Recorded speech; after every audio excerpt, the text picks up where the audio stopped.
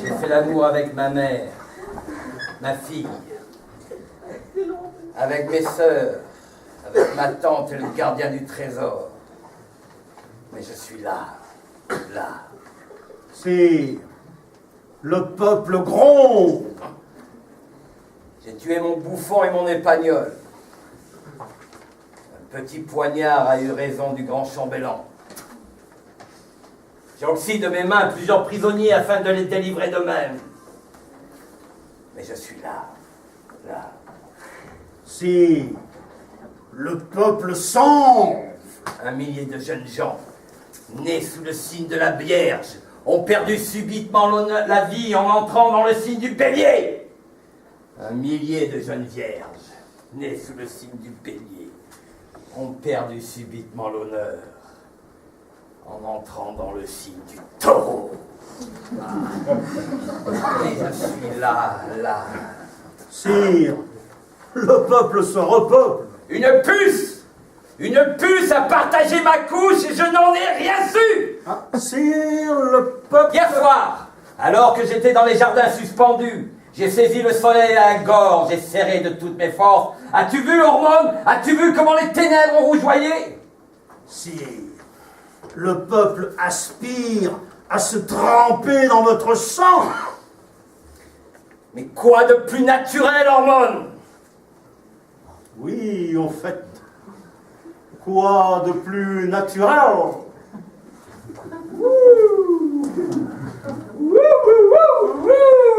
Mais ta réplique sonne juste, superbe. Toi aussi, belle canaille. Tu es doué, hein? Très doué, même. Je sais. Au fait du patronage, c'est toujours moi qui fais Ponce Pilate. La scène du lavement des mains durait toute seule les 3/4 de la pièce. Oui. Je rinçais soigneusement une cuvette. J'exigeais de l'eau romaine, une serviette romaine et du savon romain. Puis, regardant dans les yeux Jésus-Christ, qui ne disait trop rien, mais qui n'en pensait pas moins, je m'adressais une nouvelle fois à lui.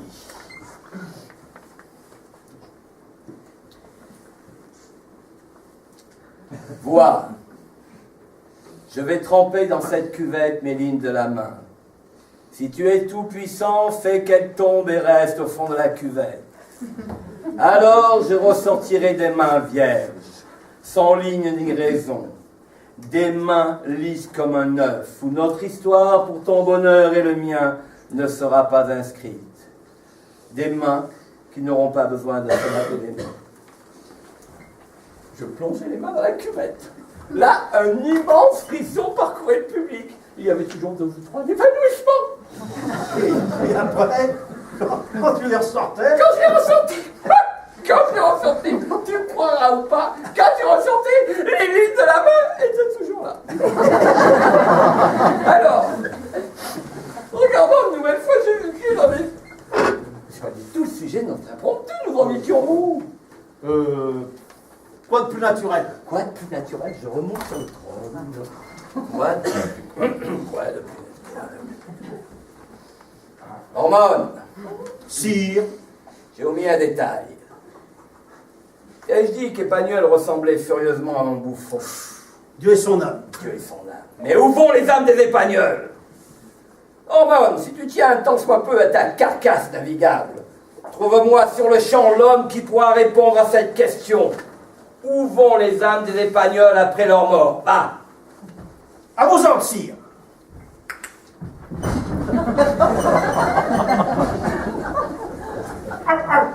Me voici, majesté.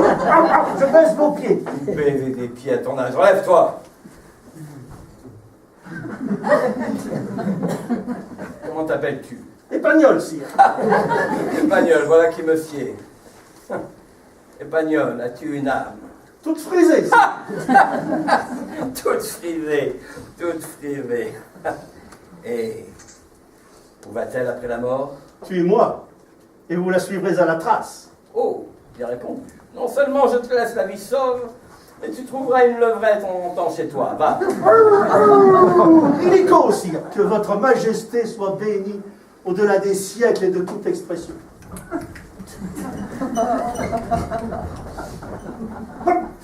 Sire, l'Espagnol vient de me filer entre les jambes. Votre royauté est-elle satisfaite? Votre royauté est satisfaite. Si la royauté se satisfait, prenant sa faim comme nourriture et non comme nourriture, l'objet de sa faim, elle l'abdiquerait sur le champ, sa royauté. Ça, c'est envoyé. Ernest, pas d'aparté. Il ne s'agira pas de révéler des petites réflexions personnelles quand la marquise sera là. Tu crois qu'il y aura un bon buffet? Ernest, c'est à toi. Enchaîne, te dis, c'est à toi. Dis ce que tu veux, ce qui te passe par la tête, mais enchaîne. Sire, le peuple gronde. Je te répète, Hormone. Et quoi, sire? M'en tiendriez-vous rigueur? Si ça, accusez l'ordonnance du ciel. Tous les matins, l'astre déjouant vos embûches, ne revient-il point trouer l'est de son visage radieux? Les saisons, n'obéissent-elles point régulièrement aux prunes, aux poires et aux abricots? L'abricot ne se répète-t-il pas à des milliers d'exemplaires? La femme finit-elle jamais de se conjuguer à l'homme? L'homme se rassasie-t-il d'un seul mot? La sauterelle d'un seul saut? Si, après le dimanche, viennent les jours en i, qui ne sont que prétextes en i, pour enfanter un autre dimanche. Dieu, chaque seconde, expire sa création pour l'aspirer de nouveau et l'expirer de rechef. La mer se retire là où elle peut et revient là où il faut. Le cygne chante quand il doit mourir et meurt quand il doit chanter. Dès l'aube, le poète se rue sur la page blanche, laquelle au crépuscule se rue sur le poète noir. Les villes font les trottoirs font les filles de joie, les filles de joie refont les trottoirs. Répétition, répétition, sacrée répétition. En vérité, sire, ce n'est pas tout de coucher avec sa mère. Il faut recoucher avec. Ce n'est pas tout d'oxyre son bouffon et son épagnol. Un autre bouffon et un autre épagnol renaîtront qu'il faudra réoxyre. Telle est la loi. À quoi sert le pouvoir s'il ne peut m'affranchir de la loi? Ne vous abusez point, sire. Jamais vous n'affranchirez la loi. Mais la loi vous affranchira. Impudent, fornicateur, conseiller d'eau douce, tu atteins à ma dignité. Ne t'énerve pas, Arthur. Je veux dire, comment un ver de terre pourrait-il ébranler l'Himalaya? Écoute, Hormone, tu as contemplé le sein de ma nourrice étant jeune. Cela te donne quelques privilèges, mais n'en abuse pas. Parle-moi donc plutôt de mon ancêtre, le vaillant Picrator Ier. Picrator Ier? Est-il exact que, déclarant la guerre aux Turcs, il déguisa toute son armée en minaret, et qu'ainsi, à leur vue, l'ennemi se prosterna et poussa de gracieuses clameurs, et qu'il remporta la victoire sans verser une seule goutte de sang? Je serre encore dans ma poche la lettre de capitulation du grand vizir. Ah, Tenez. lettre glorieuse entre toutes.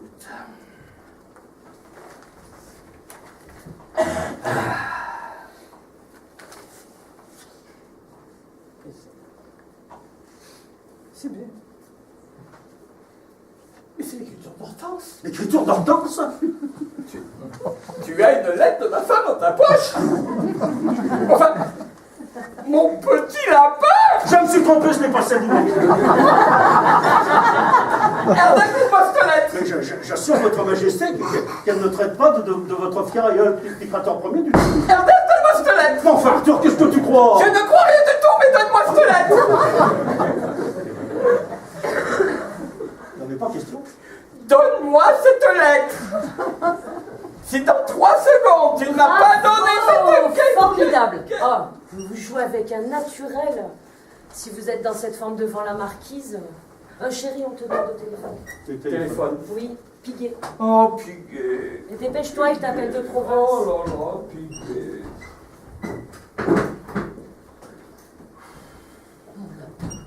Non, pas ici. Mais folle, mais je t'en prie. Mais qu'est-ce qui se passe Il se passe que Arthur et moi, quand tu es arrivé, on ne jouait pas. Quoi?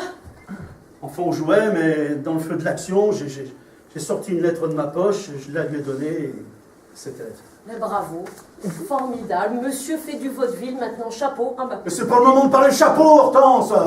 Il faut faire quelque chose, moi je ne sais pas. C'est mon meilleur ami. Il l'a lu? Non, je lui ai arraché des mains, et puis tu es venu au bon moment. Et... Mais mon lapin... Oh merde, de tout le temps m'appeler mon lapin, c'est énervant. De quoi génère à la fin, mon lapin, mon lapin. Excuse-moi, mon canard, mais... je suis anéanti. C'est mon meilleur ami. Mon meilleur ami, mon meilleur ami. Oui, mais vous êtes oui. tous les mêmes. Hein. Aucune imagination. Vous ne vivez qu'en vase clos. Vous ne prenez les femmes que de votre circonscription. Ah, si j'avais habité le Valois, jamais tu ne m'aurais aimé. Évidemment, la femme de son meilleur ami, c'est pratique à qu'à se baisser.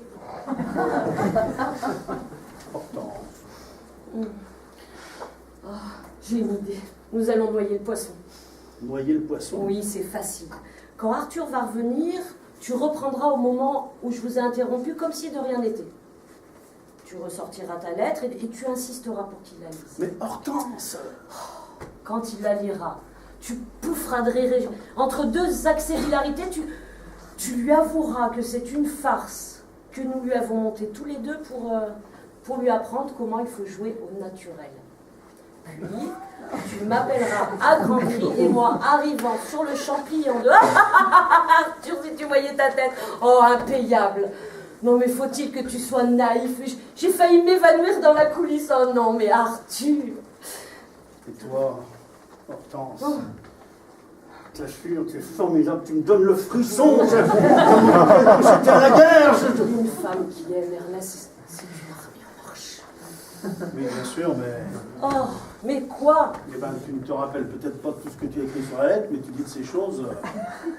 Parfait, parfait, tiens, je vais même en rajouter. Hortense! Dépêche-toi. Heureusement que c'est Piguet qui téléphone et qu'à chaque fois il raconte sa vie. Hein. Tu as ton stylo? Pas la bonne. Pas la bonne. Courbe-toi, je vais rajouter un post-scriptum.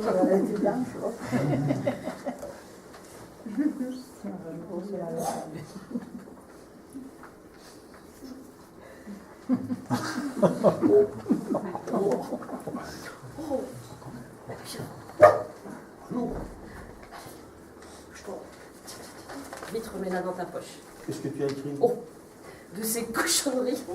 Hortense! Oh, ça lui donnera peut-être des idées. Pourquoi, Hortense, je t'assure, tu me donnes le frisson! Non, pas ici, mais tu es folle, non?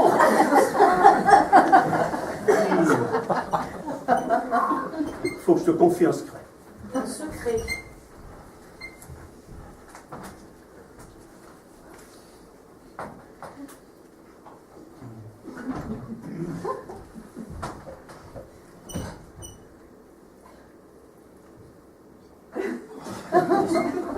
Ça va pas venir.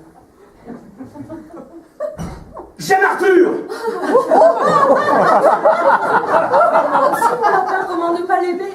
Un homme si droit, si généreux, si évident. Ah, tu vois? Et quand je pense à tout le mal que moi, Ernest, je lui cause, à cette perpétuelle trahison... Mais quel mal, mon lapin. Si je supporte les qualités d'Arthur, c'est uniquement grâce à toi. Tu crois? Tu le sais bien, Ernest. Jamais je n'étais si douce envers lui, si compréhensive. Tiens, avant-hier, je lui portais son petit déjeuner au lit. J'ai épousé une sainte, ne cessait-il de répéter. J'ai épousé une sainte. Nous avions les larmes aux yeux, tous les deux. Ne t'y trompe pas. Arthur nage dans la joie. De nous trois, c'est lui le roi, c'est le cas de le dire.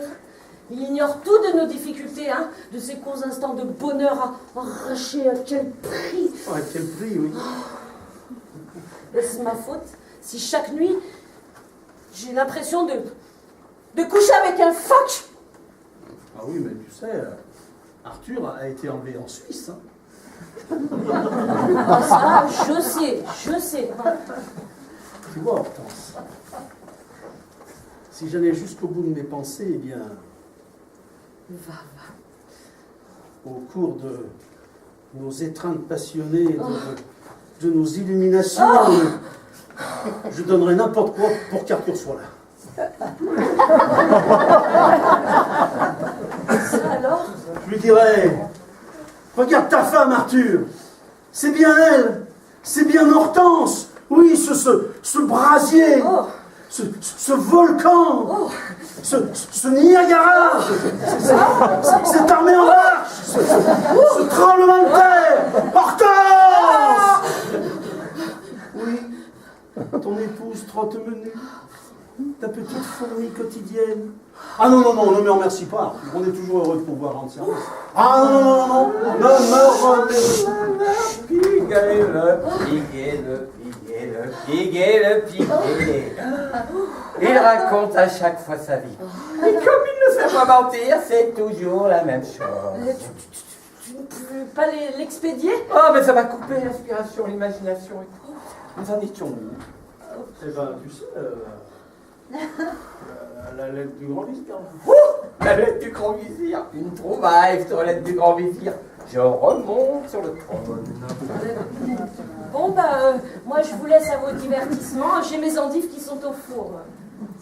Majesté. Oh. Excellent. Oh. Non, Hortense, ne t'en vas pas, j'ai une idée. Toi aussi? Comment aussi? Hortense pourrait jouer avec nous. Tu trouves pas qu'elle fait magnifiquement bien la révérence? Oh non, je n'ai jamais joué. Non, T'as jamais joué, moi je suis sûr pour les rôles comiques, hein. Mais pourquoi comique? Je ne trouve pas que c'était à deux, on se renouvelle pas. Ça finit par être un peu monotone.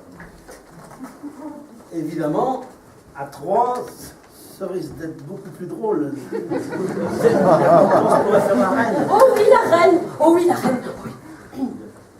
Qu'on m'apporte la tête d'hormone sur un plat. Oh. Et je mettrai une robe. Oh. Ce qu'il faut, c'est trouver une trame sur laquelle nous pourrions broder. Oui, c'est ça, un peu de broderie parce que... C'est très simple. Je suis la reine et je brigue le trône. Tous les moyens pour y parvenir me sont bons. Comme de m'assurer la complicité de ce vieillard, en n'hésitant pas à coucher avec lui. Ah non, pas ça! Ah non. Pourquoi pas? Mais pourquoi pas? Ça me paraît excellent. Et facile à interpréter de surcroît. Nous nous entretenons tous les deux des affaires du royaume. Quand, à ton signal lubrique, la reine sort de sous sa satinette une lame et l'enfonce dans mon sein. Toi, pour t'assurer du bien fondé de mon cadavre, tu tâtes mon pouls. Et là, avec la même lame encore chaude de mes globules rouges, la reine l'enfonce dans ton dos de traite. Son coup fait rire, ça fera un joli raccourci. Mais c'est du Shakespeare. Mais c'est tout simplement du Shakespeare. Mais c'est ridicule, mais c'est usé. Ridicule, usé, parce que ta petite sœur, elle n'est pas usée, peut-être. Ridicule, usé. Grand vizir. Majesté, voici la lettre de capitulation du grand vizir. Ça va bien à ta profonde hormone. Mais lisez-la, sire. Ta seule vue me réjouit et passe un baume sur mes plaies royales. Bon, à ce moment-là, j'arrive. La reine, prosterne-toi, Hormone. Que nous vaut ma colombe l'honneur de votre visite. Sire, pardonnez à ma promptitude, mais tandis que j'étais allongée sur ma couche veillée par mes esclaves nus, un songe affreux s'est emparé de moi, me glaçant les membres d'effroi, me rendant quasiment sourde, aveugle et paralytique. Songe, on devrait toujours s'inquiéter des songes. Parlez, femmes, parlez sans crainte, pitié. Vous, mon roi, vous l'unique objet de mes soins et de mes tourments, m'apparaissiez éblouissant comme l'aurore, léger comme l'arc de vos sourcils. Vous me tendiez les bras, déjà je me précipitais le sein leste dans le cercle magique de votre obédience. Quand tout à coup une lame aiguë traversa l'espace comme la foudre et s'enfonça dans votre cœur, vous chancelâtes. Le sang giclait se répandant sur ma fragile nudité. Quand tout à coup, je vis la main qui vous avait frappé. Non seulement je vis la main, mais je vis le bras. Non seulement je vis le bras, mais je vis l'homme. C'était Ormone. Majesté, si la reine n'était pas la reine, alors là... Ormone, le chevalier bardé de fer qui pleura sur mes langues, la sentinelle de ma jeunesse. Mais bilovisez, madame, bilovisez, fumez, curriculum vitae. Reprenez vos esprits, madame. Allez plonger dans votre piscine. Retournez dans vos appartements. Allez. Sire, je vois bien que vous n'avez pas le complexe de Brutus, mais je vous en supplie, pour l'amour de notre amour, écoutez ma faible voix. Les tragédies ne s'abattent-elles pas sur terre parce que les hommes n'ont de cesse de piétiner les songes de leurs femmes? Je l'ai vu, vous dis-je, je l'ai vu. Mais contemplez-le vous-même, ce regard en dessous à ras de terre, cette bouche fielleuse, ces mains d'étrangleur. Cet homme est un faux frère, cet homme est votre ennemi. Tu exagères un petit peu, Hortense, là. Tu trouves pas, Arthur, qu'elle force un peu le diapason, là? Le diapason, parce que monsieur joue de la petite flûte, peut-être? Oh là là, arrêtez avec vos apartés, là, ça suffit maintenant. Mais c'est pour donner le change. Mais oui, c'est évident, en fait. Hortense, c'est formidable. Je ne partage pas mon avis. Si, enfin... Femme, cessez d'accabler ce vieillard agreste et livide. L'exercice du pouvoir et de mes aberrations m'a appris qu'une seule chose. C'est que nous n'avions au monde qu'un seul ennemi. Oh, combien redoutable et fraternel. Soi-même. Que murmure-t-on dans le harem? Vos louanges, sire, vos louanges. Je vais toutes les tondre et les passer au brou de moi. Que marmonnes-tu en tes points, Ormone? Le grand âge, sire, le grand âge. Les mots passent à travers mes lèvres, comme les poissons au milieu d'un filet ébréché. On dit aussi, enfin, des rumeurs qui ont pénétré jusque dans le gynécée, insinuent majesté que... J'aime les insinuations. Que votre trône branle sur ses bases. Mon trône branle sur ses bases. Voyons voir cela, mon trône branle. Ormone, mon Ma amour, foi, il y a du droit vrai. au but. Oh, à mort le tien.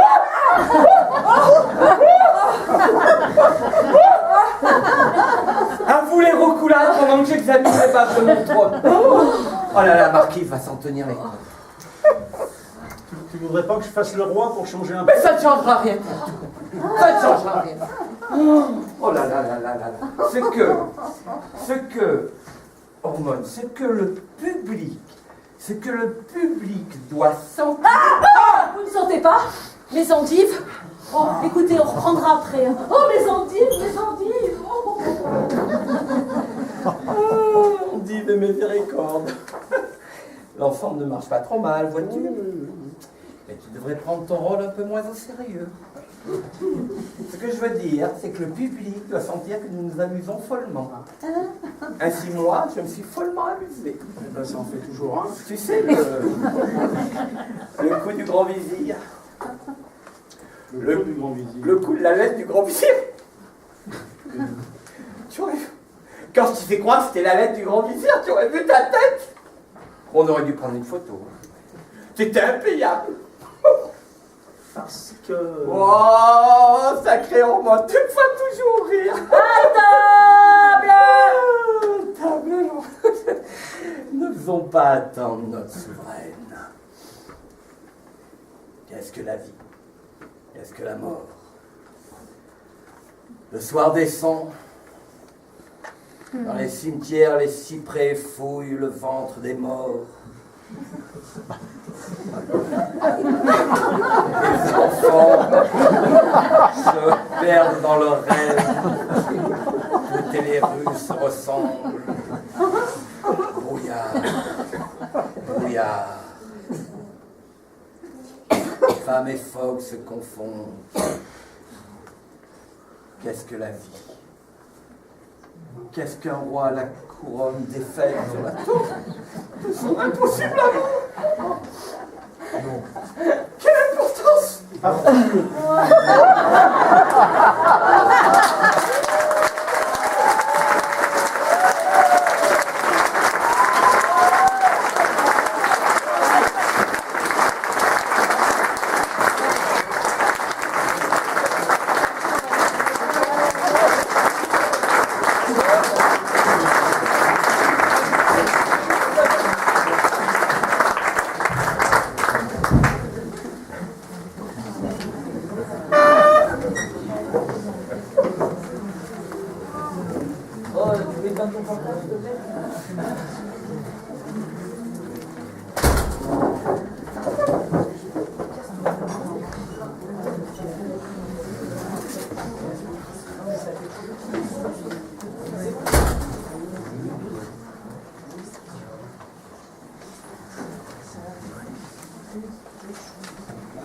Une vierge. Qu'on m'apporte une vierge. Mon royaume pour une vierge. Attention, une vraie vierge. Aujourd'hui, il y en a tant de frelatées, d'approximatives. Je ne veux pas d'une vierge approximative. Qu'on m'obéisse maintenant, qu'on me serve. Je veux qu'on accède à ma demande d'une vierge. Mon royaume pour une vierge. Ma part de paradis pour une vierge. Vous ne vous sentez pas bien? Qu'est-ce qui vous prend? Mais pourquoi criez-vous comme ça? Vous allez réveiller les chats qui dorment. Je veux qu'on réponde à mon besoin insatiable et instinctif d'amour. Je veux qu'on m'apporte ce que mon feu réclame. Une vierge nue sur le canapé. Ça le reprend.